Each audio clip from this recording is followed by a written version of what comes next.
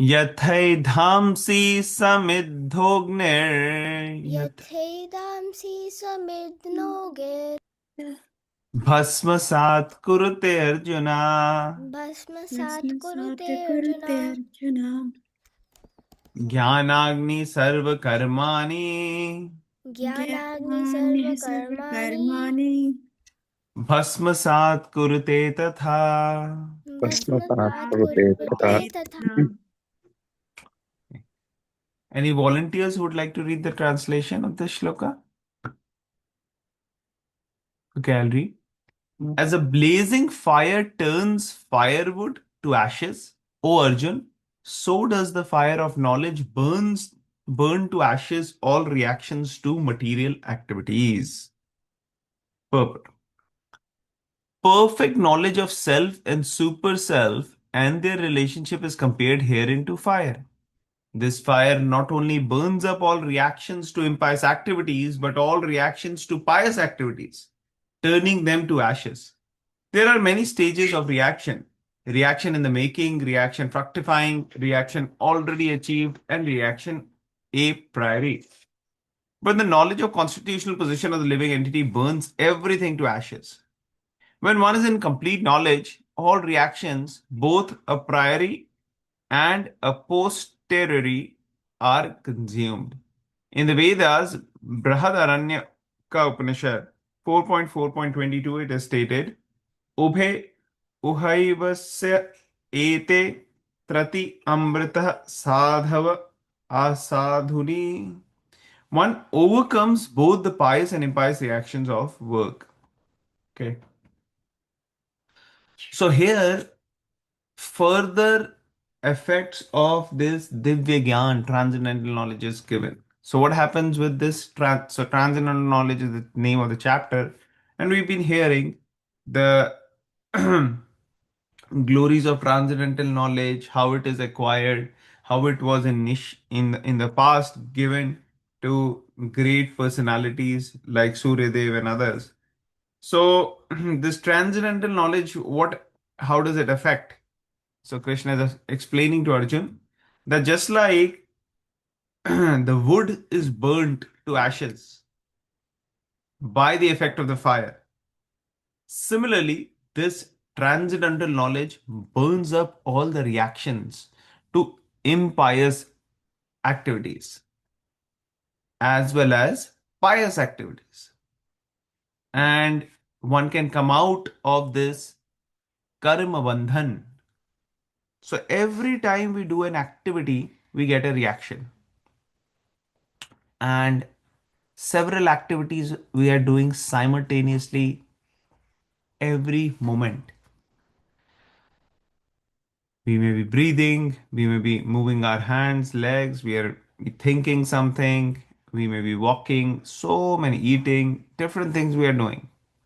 And all of these things, either very, very small or big, are the initiation of karma. Now, when we do these activities, an activity could be very small, or it could be a whole process of making a strategy, making a planning, and then executing it. Each of them will give us reactions. And as we are having a mindset of doing pious activities or doing things for fulfilling our, lower anarthas, lust, greed, anger, envy, pride, illusion, all these things will determine what kind of activity we do, and we will get results accordingly. But when we get this transcendental knowledge from the Bhagavad Gita and we understand and apply and act according to that, then all the karmas will get burnt. Whether it is pious activities or impious activities, all of them get purified. So we are not going to get entangled into this process of karmic bandhan. We will not be forced into taking birth again. We will not be forced to face reactions of the previous karmas. So the reactions are also of different types. Here it is mentioned very briefly. The reaction in the making, reaction for fructifying, reaction already achieved, reaction a priori. This is a separate topic to discuss the technical details of the reactions. So we'll do this at a later time. But right now, in simple words, it is sufficient to understand that all the reactions, whether they are um, fructified and we are going to get it right now or we are going to get it in future, all of these actually will get purified and cancelled. In fact, to the extent the fire is uh, intense, to that extent the burning of the firewood happens. If it is a very, very low flame, low firewood, the intensity is not much for the fire, and you put a big, huge log of wood, do you think the fire will immediately be able to burn the huge log of wood if the fire is very, very small, tiny? What do you guys think? Yes, no, maybe?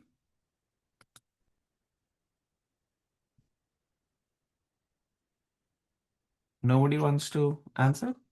What's going on? I would say yes. Don't know. Yeah, so the let's say there is a candle, small candle, right? Has a small amount of fire. And then you put a huge tree and put on top of the fire of the candle, No. maybe bark of the tree. No, it will not. Why? Because the intensity of the fire is actually very weak, small. But let's say it's a huge, burning fire like a forest fire or a fire, where a huge amount of wood can be consumed. It's in large quantity, high intensity, very, very intensely. It is blazing fire. And then you put that wood. Will it burn or not? Yes. Yes. So that is how we have to understand. This transcendental knowledge is very powerful, but to the extent we utilize and apply it to the intensity at which we are doing, to that intensity, we will see the karmas will get burnt off. So it is our attitude by which we can utilize and apply this knowledge, which will actually give the desired outcome. Does it make sense? Yes, Prabhuji. Okay. Yes. Any questions anybody has from the shloka? Otherwise, we'll go to the next one. Okay, we'll do the next one. Nahi jnanena sadrisham नाहि ज्ञानेन सदृशं pavitram iha vidyate Pavitram vidyate पवित्रमिदं tatsvayam yoga samsiddha तत्स्वयं tatsvayam yoga योगसंसिद्धः samsiddha kale natmani vindati. atmani कालेनात्मनि vindati. विन्दति. Any volunteers who would like to read this one? I can read. Please go ahead. In this world, there is nothing so sublime and pure as transcendental knowledge. Such knowledge is the mature fruit of all mysticism, and one who has become accomplished in practice of devotional services enjoy this knowledge within himself in due course of action. But when we speak to transcendental knowledge, we do so in terms of spiritual understanding. As such, there is nothing so sublime and pure as transcendental knowledge. Ignorance is the cause of our bondage, and knowledge is the cause of our liberation. The knowledge is a mature fruit of devotional services, and when one is situated in transcendental knowledge, he need not search for peace elsewhere, for he enjoy peace within himself. In other words, the knowledge and the peace uh, culminate the Krishna consciousness, and that is the last word in the Bhagavad Gita. Hare Krishna. Thank you so much for reading so nicely. Okay, so basically, what is it saying? It is glorifying this Divya Gyan or Divya knowledge. Here it is said, Krishna is saying this is actually the best thing. There is nothing which is as pure than transcendental knowledge. So the comparison is made with a tree. So in this world, there are so many things going on. And the tree also has so many parts. So the tree may have stem, leaves, flower, roots, and fruits. Out of this, the most essential, most important thing for somebody is, let's say somebody is just walking around, and when he finds a tree, the best thing is the fruit. The person will pluck the fruit and can eat, right? So here it is saying that if everything else in the world is compared to a tree, then this transcendental knowledge is compared to the fruit. And what kind of a fruit? A mature fruit. Mature means ripe, which is very delicious, right? So this is how this knowledge is. This is the best of the whole world. There's nothing as pure and as desirable as this knowledge. Um, and one who has accomplished in the practice of devotional service enjoys this knowledge. So, knowledge is one thing, but then who can relish the fruit? Let's say you have a fruit, but then for enjoying the fruit, you may need some teeth, you may need, good health, you may need, your tongue to be working okay, so you may need hands to pluck. So, similarly, here, to enjoy this knowledge, actually, you need a mindset of devotional service attitude. Then you can enjoy this knowledge. And that may take some time. So, in due course of time. In purport, Prabhupada is explaining this. He's saying, when we speak of transcendental knowledge, we do so in terms of spiritual understanding. There's nothing so sublime and pure as transcendental knowledge. Ignorance is the cause of our bondage. So we are in the karma bandhan. Whatever we are, karma's activities we are doing, we get forced to have reactions. That's why miseries come in our life, suffering comes. Why? Because it's forced on us. Why? Because of the previous karmas. So what to do? Get transcendental knowledge and start applying. This will act as fire and burn off all those previous reactions. That's why it is said, Tamaso ma satgamaya. Right? All of you must have heard. From tamas, go to sat. From ignorance, go to knowledge. So that is the knowledge. And it causes one to achieve liberation from the when people say liberation or moksha means coming out of this bondage of karma bandhan. So ignorance is the cause of our bondage and knowledge is the cause of our liberation. And again, they are comparing it with the fruit of the tree. So one gets who gets that fruit can enjoy. Similarly, one who is in the right attitude, accepting this knowledge, can apply and can get the highest peace. So, if somebody is looking for shanti, peace, they should take to this knowledge and apply it in their life. And that is the most important aspect. And that is the last word in Bhagavad Gita. Does it make sense? Yes. Okay, we'll go to the next shloka. If anytime anybody has question, they can always unmute and ask. Otherwise, I'll keep going. Shraddha vallabhate jnanam श्रद्धावान् श्रद्धा लभते वल्लभते ज्ञानम् ज्ञानम् तत्परः संयतेन्द्रिया तत्परा तत्परा समतेन्द्रिया ज्ञानं लब्ध्वा परां शान्तिम् ज्ञानं ज्ञानं लब्ध्वा परां परां शान्तिम् शान्तिम् अचिरेणाधिगच्छति. अचिरेणाधिगच्छति. अचिरेणाधिगच्छति. Okay, any volunteers who would like to read this? Shloka 39 we are doing. I can read. Please. A faithful man who is dedicated to transcendental knowledge and who subdues his senses is eligible to achieve such knowledge, and having achieved it, he quickly attains the supreme spiritual peace. Purport. Such knowledge in Krishna consciousness can be achieved by a faithful person who believes firmly in Krishna. One is called a faithful man who thinks that simply by acting in Krishna consciousness he can attain the highest perfection. This faith is attained by the discharge of devotional service and by chanting Hare Krishna, Hare Krishna, Hare Krishna, Hare Hare, Hare Rama, Rama Rama, Hare Hare, which cleanses one's heart of all material dirt.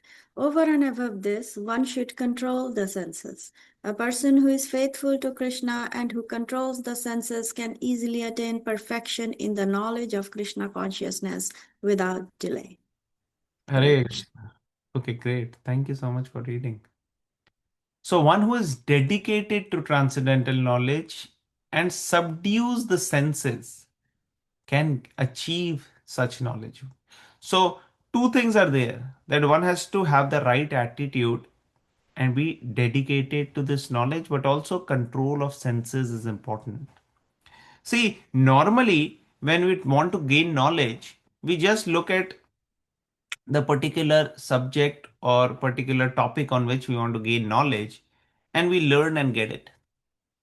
And it is something we feel we can, achieve. But in spiritual life, the knowledge is in itself spiritual, non different than the supreme spiritual. What does that mean? That means the knowledge reciprocates with us like a person. When we pick up Bhagavad Gita, it is not like an ordinary book. It is a book which actually develops a relationship with us. When you may try to read Bhagavad Gita and you may have the right attitude, you will see Bhagavad Gita will reveal itself to you. If you want to learn the knowledge, you may take certain steps. It's not that Bhagavad Gita will automatically reveal it to you all the time. It will be the right attitude is needed. That's why we see different people learning Bhagavad Gita or understanding or reading may have a different realization. Why? Because it depends on the attitude, how they are approaching. Some people may get so many deep realizations. Some people may get not so deep realizations. And even the same person at different time with a different attitude may get deeper and deeper into Bhagavad Gita. So this knowledge is not like a mundane knowledge which is passive. This is something which is acting like a person reciprocating with the reader or the practitioner. So here what is recommended is one has to be dedicated to transcendental knowledge, control the senses, and then try to achieve this knowledge in the process which is already mentioned in the previous shlokas. And if that attitude is there, then quickly one can attain the supreme spiritual peace.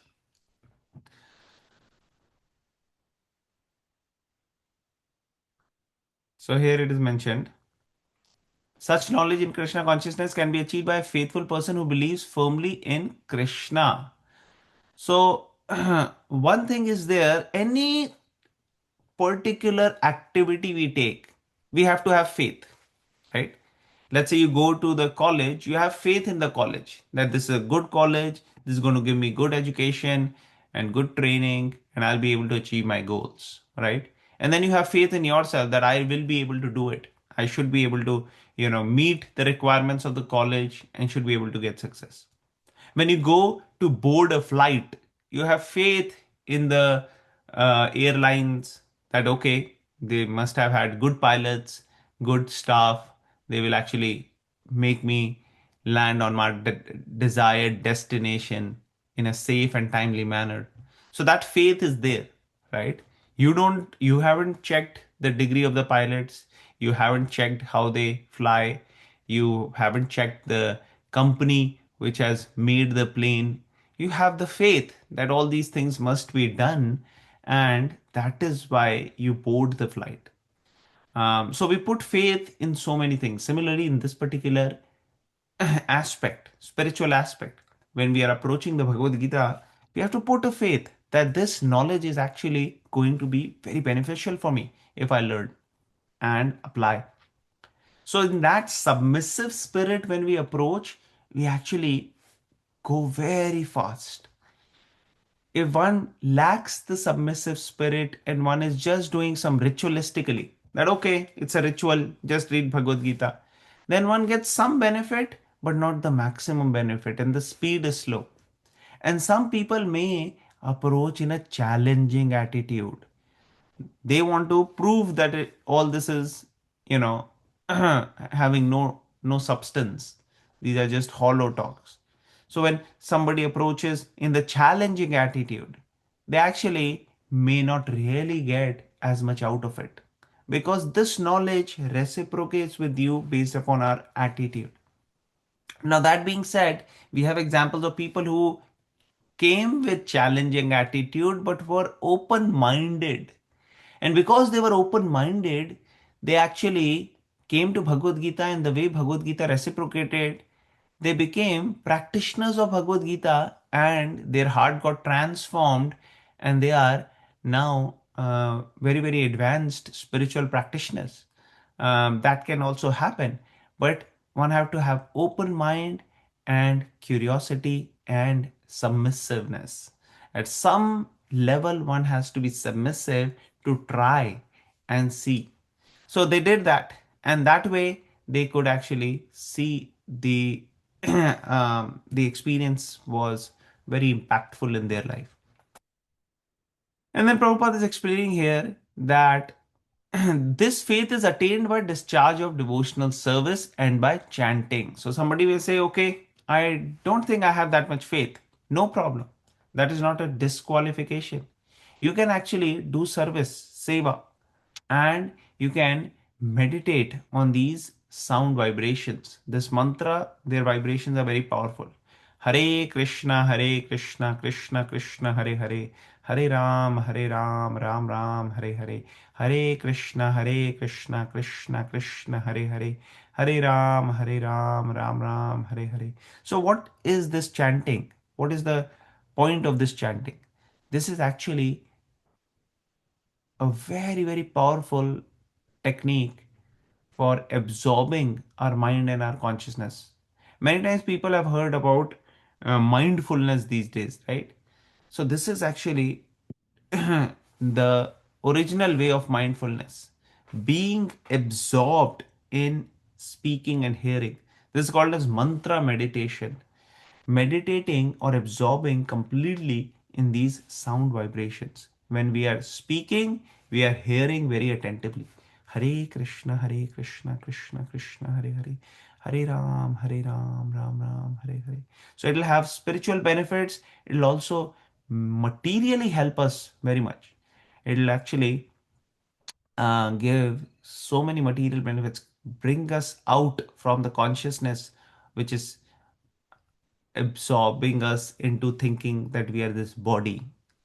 Our consciousness is thinking we have to take all the stress. So it brings us out of stress. It brings us out of all what's going on and absorbs us and puts directly us to the transcendental level or spiritual level.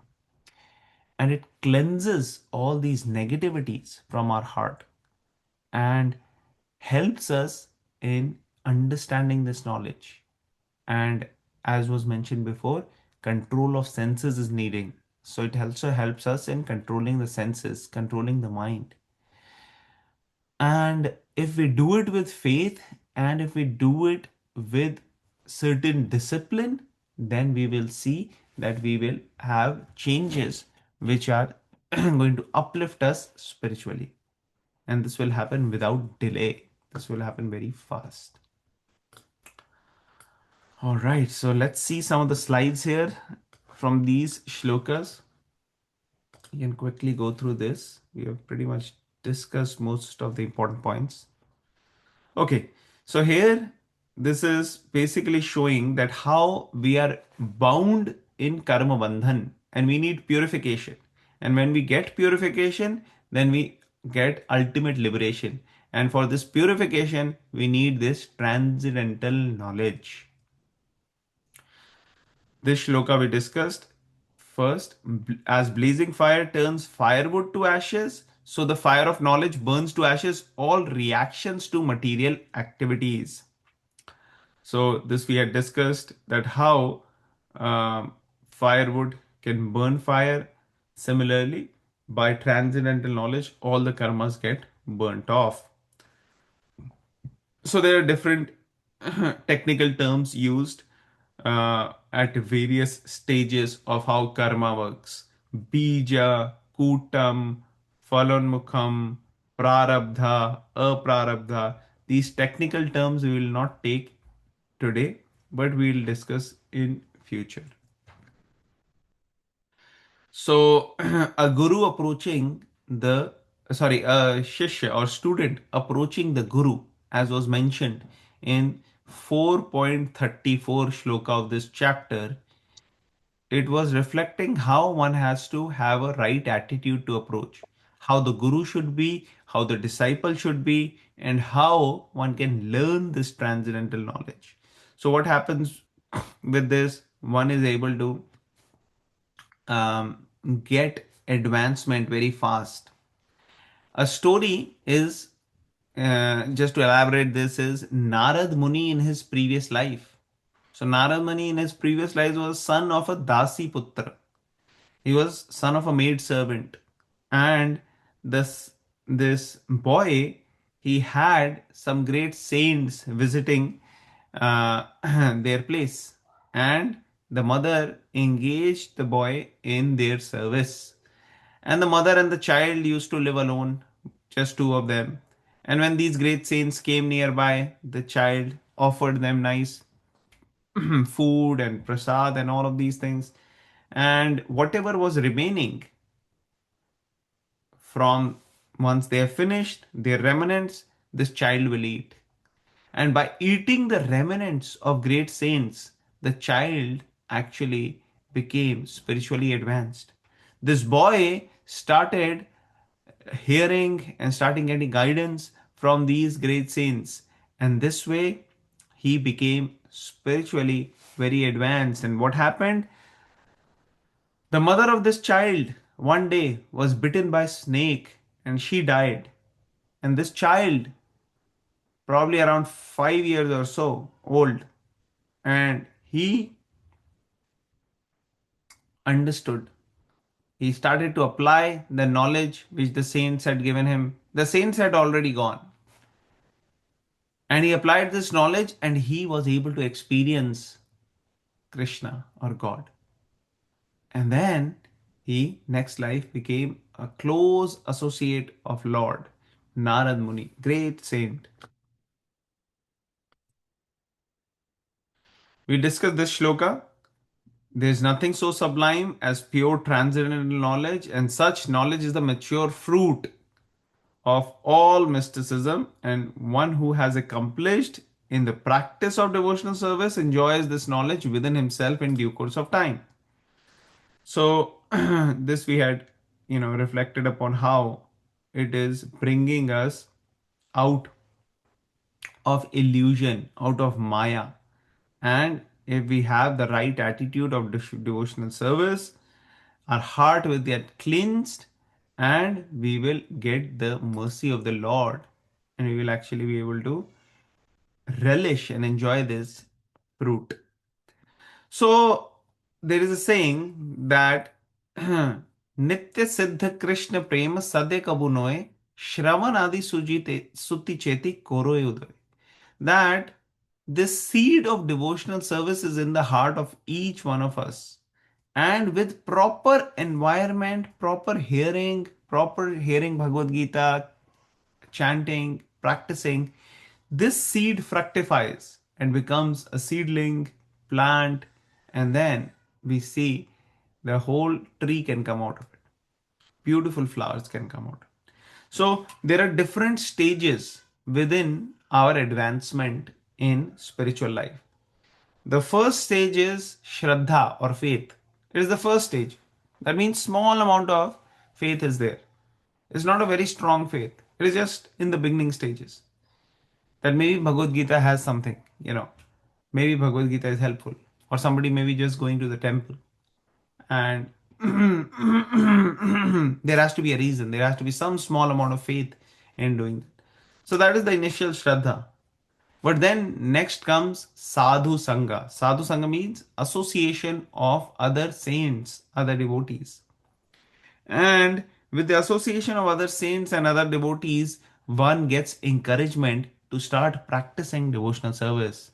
So, what happens when we practice devotional service? We start bhajan kriya. Third stage is bhajan kriya. What is bhajan kriya? One starts meditating on the Lord by chanting Hare Krishna mantra. Hare Krishna, Krishna Krishna, Hare Hare. Hare Ram, Ram Ram, Hare Hare. One starts serving the Lord. One starts reading Bhagavad Gita. One starts worshipping the deities of the Lord. One starts to learn how to apply it in my everyday life. That's Bhagavad Gita. So this is Bhajan Kriya. And then fourth stage is Anarth Nivriti. All the negativities go away. All the anarthas go away. That is Anarth Nivriti. So like that, lots of stage comes, and the final stage is Prema, means complete love of God. So here we see that the seedling is there, plant is there, and then beautiful flower is coming. So the ultimately mature flower, that is actually Prema Bhakti or love of God. So one can achieve that by this process. Another story is the story of Dhruv Maharaj. He was also a very small boy, barely 5 years old. He was sitting on the lap of his mother, and lap of his father, and the father had two wives. One was Sunidhi and one was Suruchi. Suruchi was the stepmother of Dhruv. And this stepmother of Dhruv, Suruchi, she became very very upset that why are you sitting on the father's throne. My son can sit here, not you, because you've not taken birth from my womb. So Dhruv was very very upset by the scolding and the chastisement of the mother. And the worst thing was that the father, who's a protective figure for the children, he did not say even a single word to protect the child. So he went to his mother, biological mother, Sunidhi, and he told that how he's been insulted by the stepmother. So his own mother, she said, yes, in one way she's right, because you've taken birth from me, you know, you are not really being favored, because your stepmother is whom your father favors. But I know one person who can help you, and that is Lord Vishnu. So he said, where will I find him? She said, I've heard that the saints and sages are in the forest where they find God. And she did not have the intention that Dhruv will go away. But Dhruv was determined. He wanted God. He wanted God to give him the kingdom bigger than his father. He said, I want a kingdom bigger than even my father or great grandfather. And then he was in the forest, and basically forest was very dense, lot of wild animals, but he was determined. He wanted God. So because he was determined, God sent Narad Muni. Sometimes people say, who should be my guru? Because Dhruv had the right attitude and the determination to want God, Narad Muni was sent by the arrangement of Krishna or Vishnu. So similarly, if we have the right attitude, we have the submissiveness, we have the desire that yes, I want God in this life, then God will send us his representative in the form of Guru. And in this case, it was Narad Muni. So when Narad Muni went there, Narad Muni actually initially tested Dhruva. He said, "Oh, that those things happen, just go. It's okay. Be mature." And Dhruv said, "No, I want God. If you can help me find God, that's good. If you can't, then just let me be on my path and you can move forward." He said he was very respectful. And he's saying, on the advice you're giving is good, but I'm not going to go home. I want God. Seeing the determination, Narad Muni gave him a process. And this process he followed with faith and determination. And because he did that, in a few months, he was able to see Lord face to face. He had to control his senses, he had to control his mind, but he had complete control on them, and he was following the process given by Narad Muni. And then when the Lord himself came, Dhruv said, I don't want anything now because you've given me your own association, your darshan. This is better than whatever I was thinking of. And the Lord actually fulfilled all Dhruva's desires. He said, that's okay, but I'll give you what you came with. And therefore, the Lord gave him Dhruv Lok, which is Dhruv Tara, right? That is the place of Dhruva. So that is the abode where he is able to get a kingdom which is much better than the earthly kingdom. And in this way, Dhruv achieved the highest spiritual platform. So we see by following the Guru, so by Krishna's mercy, one gets the Guru, and by Guru's process, which the Guru trains us in, we get Krishna. Okay, this is the last shloka we did today. A faithful man who is dedicated to transcendental knowledge and subdues his senses is eligible to achieve such knowledge, and having achieved it quickly attains the spiritual peace. So faith is needed and sense control is needed. These are the two pillars needed. So one get Shraddha, one control the senses, then one gets Divya Gyan, and with practice of that, one get Param Shanti, transcendental peace. Then another story of Shabri from Ramayana is here, that how Shabri was told by his guru that Ram will come, the Supreme Lord will come, and you stay here and you make all the arrangements. And the guru and all the other disciples went, and Shabri was staying there alone. And they didn't tell her, oh, he'll come on this date or this time. She had to wait for so many years. And every single day she was preparing that the Lord will come today. So she had patience, but she had very, very strong, powerful faith. And because she was preparing every day in such a way that Ram aayenge, Ram aayenge, Ram will come, she was actually controlling her senses and conducting herself in that way. Just imagine if you were told that God will come, but you don't know when, you don't know which time, and you have to conduct yourself every single moment in that manner that God is going to come. Your home should be ready, your mindset should be ready, your consciousness should be ready. If such a guest has to come, we ask 10 times when the guest is going to come. We'll make sure everything is ready at the time. But here, she is completely, we make sure that we are free, we are at home, we are available, we don't have other engagements. But she made sure that that's the case in every single moment. And then finally, she was able to get the association of Ram. And then she offered what is best. So the only reason she was tasting those beer was to make sure that I offer what is best for Ram. And she didn't have too many resources to find.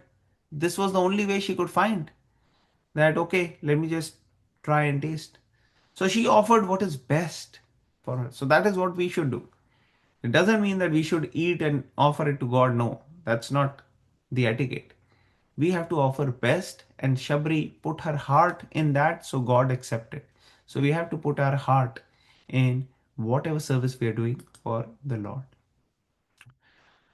So here's the comparison of people in ignorance and people in knowledge. So those who are in ignorance, they are bound by the karmic reactions, and they will have material desires and tendencies which are not controlled, and they are in doubt, they are restless, they are slaves to their senses. On the other hand, those who are in knowledge and applying this knowledge, they can get out of this karmic reaction, karmic bandhan, and they are able to get this ultimate transcendental knowledge, which is the mature fruit, and can apply in their life, and they can control their senses, and they can achieve the Supreme Lord. So, with the power of knowledge, one can remove all the doubts which are there in our heart.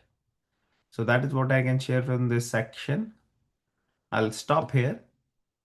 Any questions, comments, or any points anybody would like to share? Yes, Swaramaji. Hello, Prabhuji. Thank you for the lecture. Hare Krishna. Hare Krishna. I just have a question. Sometimes we know that we have a knowledge, like you said, but the practical implementation seems so hard. Like we tell our children to do certain things, but we are ourselves not doing it. So, or say certain person treated me in certain way, and I know I should not do that, but sometimes you do it for that. So the practical implementation of the knowledge is so hard. How can you encourage yourself to do that, Yes, even having a knowledge? that is an excellent question. So we may have knowledge theoretically, but how to practically apply? So in Sanskrit, there are two words, Gyan and Vigyan. Gyan means theoretically having the knowledge. Vigyan means practical application of that knowledge in one's life. And it is very important to do both. We must have the knowledge, we must have more and more knowledge. We should work on getting more and more knowledge, but we have to work on applying that also. So, first step is to acknowledge and understand, yes, there are certain things which I know, but I'm not doing it myself. That is the first step. That is being honest to ourselves. The second step is to understand what is the solution for this. And that second step is to have to follow A, B, C, D. So, what is A, B, C, D? A means association of others, spiritually minded and spiritually advanced people. So when we meet those people who are also conducting themselves in this knowledge and are doing things appropriately, we get inspiration and encouragement. And with them, we can share, we can discuss, we can have more and more deeper realization. Otherwise, if you see, the whole world is actually looking in the opposite direction. They are talking or doing or emphasizing on things which may not be having spiritual focus. So we need to have a balance. We need to take care of our material duties, responsibilities, recreation, whatever. But then we have to have spiritual association, spiritual guided people also. So if we take association of such people on a regular basis, So one aspect is these conference calls we are doing Saturday and Sunday. This is one such platform. The other is to visit temples like ISKCON temple, or similar gatherings where people are having spiritual mindset, who inspire us spiritually. The idea is not just to go and talk the same material things, but actually to gain inspiration, so that we want to read Bhagavad Gita, practice, and strengthen our relationship with God. So that is A, association. Second is books. Books means regularly reading books like Bhagavad Gita and other. We have in ISKCON a lot of books. Prabhupada wrote a lot of books. So if we read these books, that would be great. So that is the second thing. And doing it on a regular basis, daily if possible, or at least few days a week. So that is second step. B. C is chanting. Chanting means we have Hare Krishna mantra. Hare Krishna, Hare Krishna, Krishna Krishna, Hare Hare.